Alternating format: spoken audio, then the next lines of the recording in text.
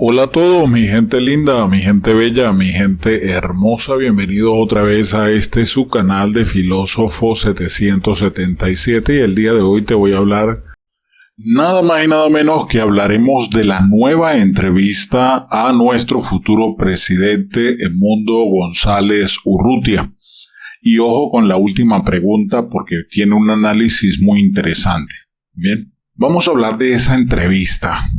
Edmundo González Urrutia, de 74 años, nacido en La Victoria, Estado Aragua, ha dejado el balcón de su casa abierto y las guacamayas que con frecuencia surcan el límpido ocaso de las tardes en Caracas pasan saludando a la distancia. González Urrutia lleva todo el día atendiendo asuntos vinculados a su nueva condición de candidato de consenso de la oposición y aunque no lo dice, está cansado. Responde con brevedad y prudencia. Sabe de sobra que como candidato de las fuerzas democráticas en este trance político se aproxima a una zona de turbulencias. En el invierno de su vida puede que le toque liderar la transición política en Venezuela después de más de 2 décadas de chavismo. Diplomático, académico, escritor, González Urrutia es un hombre acostumbrado al bajo perfil, renuente a la estridencia. Se considera un moderado. Ha pasado años colaborando con discreción y continuidad en la plataforma unitaria, la alianza de partidos mayoritarios de la oposición, en diversos temas de gobernabilidad y política internacional.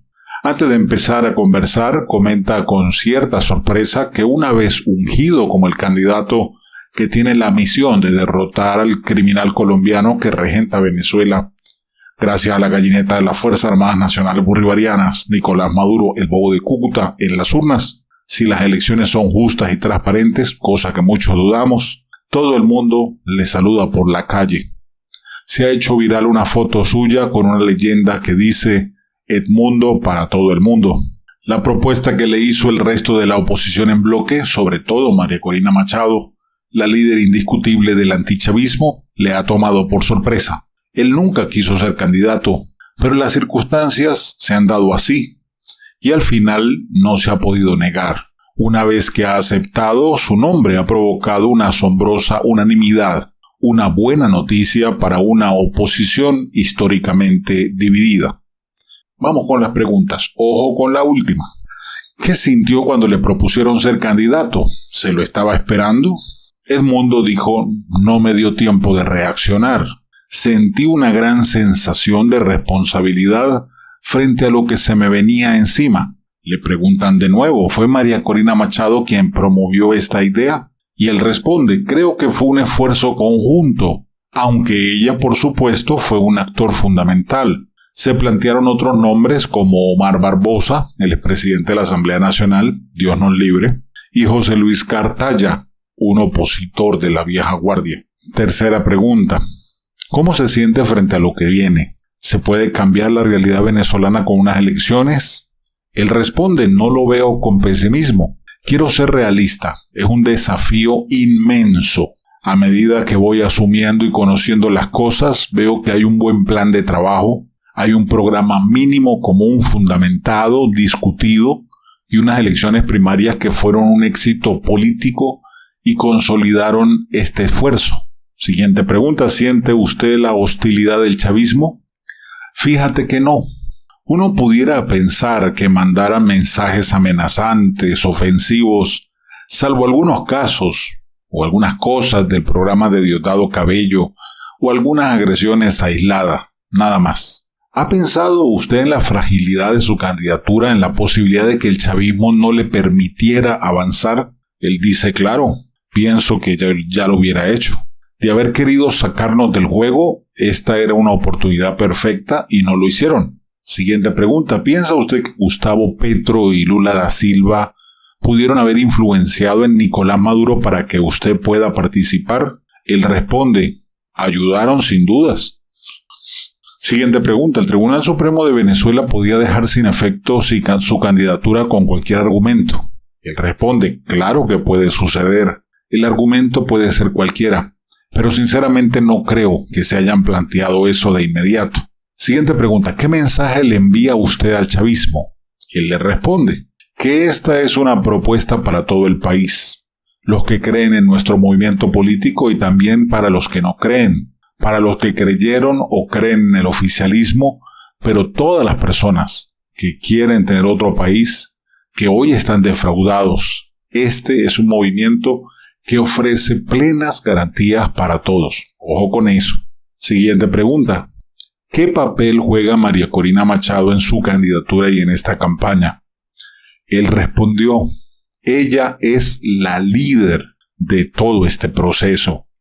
El 22 de octubre votaron millones de venezolanos. Eso es un mandato. Siguiente pregunta. ¿Ha pensado que de llegar a la presidencia tendrá frente a usted unas instituciones totalmente copadas por el chavismo? Él responde, tengo la sospecha de que luego de las elecciones, acá puede producirse una nueva realidad política. Mucha gente del gobierno pueden quedar sorprendidas, sin argumentos. Siguiente pregunta. Pero sin argumentos el chavismo puede dejar sin efecto cualquier pronunciamiento popular.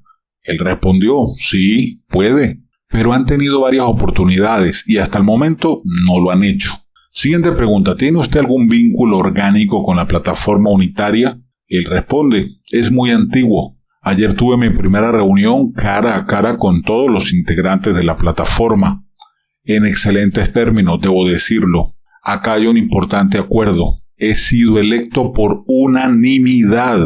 Siguiente pregunta. ¿Ha conversado usted con Manuel Rosales, uno de los opositores más importantes y que ahora lo apoya a usted? Y él dijo sí. Lo vi muy tranquilo, muy cordial. Conversamos muy bien. Le di las gracias personalmente por su gesto que debemos reconocer. Bueno, reconózcalo usted, porque yo... Siguiente pregunta. ¿Cómo se define usted políticamente? Y él responde como un demócrata. Una persona moderada, alejada de las posiciones extremas. Siguiente pregunta. ¿Cómo gobernar a Venezuela con unas fuerzas armadas alineadas con el chavismo? Él responde, yo aspiro sinceramente a que se pueda buscar caminos de entendimiento con las fuerzas armadas entre el 28 de julio y el mes de enero del 2025. Acá hay decisiones, posturas que pueden concretarse luego, aunque ahora no estén en el radar. Siguiente pregunta, ¿estaría planteada una amnistía en Venezuela que incluya a los chavistas? Y él respondió, será necesario hacer todo lo que tenga que hacerse en función de reconciliar al país, de dejar atrás la conflictividad, de atenuar el ánimo de conflicto. Para eso se necesita visión. Siguiente pregunta, ¿cuál va a ser su mensaje central de campaña a los venezolanos? Apostemos a la reconstrucción democrática de las instituciones de Venezuela, incluyendo al chavismo, y él responde a todo el que esté dispuesto a participar en la reinstitucionalización. ¿Conversaría usted con Nicolás Maduro? Y ojo con esta pregunta, que esta es la que yo me refería. Él dice sí, nosotros estamos propiciando el entendimiento entre todos los venezolanos, eso forma parte de ese camino. Ojo con esa pregunta, que ahorita voy a aclarar algo con respecto a esto. Siguiente pregunta, ¿ha tenido alguna aproximación en el programa económico o hay que atenerse al de la plataforma? Él responde, el grupo de María Corina tiene un programa de gobierno muy avanzado. La plataforma también lo tiene. Siguiente pregunta, cuando entró como candidato Tapa, uno de provisional que da paso al otro, ¿no sospechaba que iba finalmente a ser candidato? Él dijo, no, en absoluto. Fui ingenuamente. Siguiente pregunta, ¿cuándo empezó a sospechar de que esto iba en serio? Él dijo, el día que me llamaron y ya estaban firmando el comunicado donde se decía que me habían designado como candidato. Siguiente pregunta, ¿cree que acabará siendo el rival de Maduro el 28 de julio? El caso es que la plataforma tiene un derecho en el marco de lo acordado en Barbados. Él responde, cabe cualquier posibilidad, aunque no me imagino no ser el candidato. ¿Ha tenido usted contacto con otros candidatos opositores minoritarios que también se presentan, como Antonio Ecarri o Enrique Martínez? Él dijo, no he tenido contacto con ellos, pero los voy a llamar. Siguiente pregunta, ¿en qué escenario estaríamos si, por ejemplo, hubiera un fraude en la elección? Él responde, por eso es que los equipos de defensa del voto, una maquinaria bien avanzada, inmensa, hay muchas organizaciones, redes, comandos, es un trabajo bien serio. y ahí está involucrada muchísima gente en números elevadísimos. Siguiente pregunta, ¿esta articulación de la oposición se le debe a María Corina? Él responde, si había alguna duda o recelo de la candidatura de María Corina, ella lo ha manejado inteligentemente. Lo ha manejado de una forma en la que hoy en día nadie le discute el liderazgo. Siguiente pregunta, ¿usted ya se siente reconocido por las calles? Él responde, sí. ¿La molesta? Responde, no. ¿Siente miedo? Dice, no ha pasado todavía. ¿Ha mantenido conversaciones con actores internacionales? Él dice, sí, he tenido contacto. Siguen el tema con mucho interés y mucha responsabilidad, sobre todo Colombia y Brasil, que están preparando ese plan de garantías. Siguiente pregunta. El meme Admundo para todo el mundo, una frase con su cara voló en las redes sociales. Él responde, eso es peligroso. Por eso mi mensaje es dirigido a Maduro y a Jorge Rodríguez, presidente de la Asamblea y mano derecha del presidente.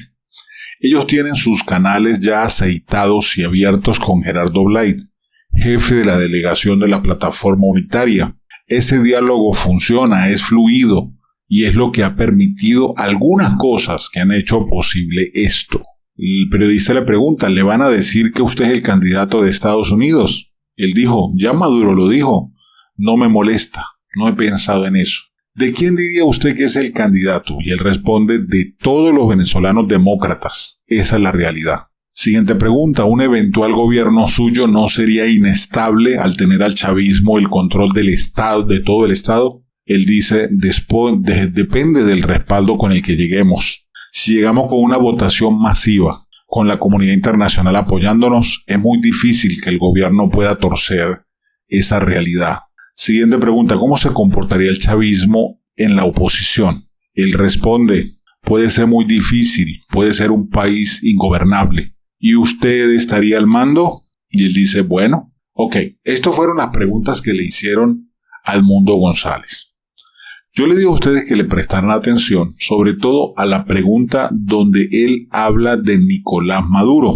Cuando le preguntaron, ¿conversaría con Nicolás Maduro? Y él dice, sí. Nosotros estamos propiciando el entendimiento entre todos los venezolanos. Eso forma parte de este camino. Y me detengo aquí por esta pregunta y digo que es peligrosa, porque ayer en Instagram un periodista analizó la respuesta de Edmundo González y de una vez tergiversó el asunto para decir que Edmundo González ya estaba a favor de Maduro, porque cómo era posible que Edmundo González se sentara a hablar con Maduro cuando tenía que hablar era con los venezolanos, con la gente que iba a votar por él, etcétera, etcétera. Yo le voy a explicar al periodista y a la gente que lo apoyó sin pensar, porque a veces la gente apoya y sigue a los demás como borregos sin entender lo que están haciendo, y se lo explico. Esas son las palabras de una persona que fue embajador y que sabe lo que es diplomacia.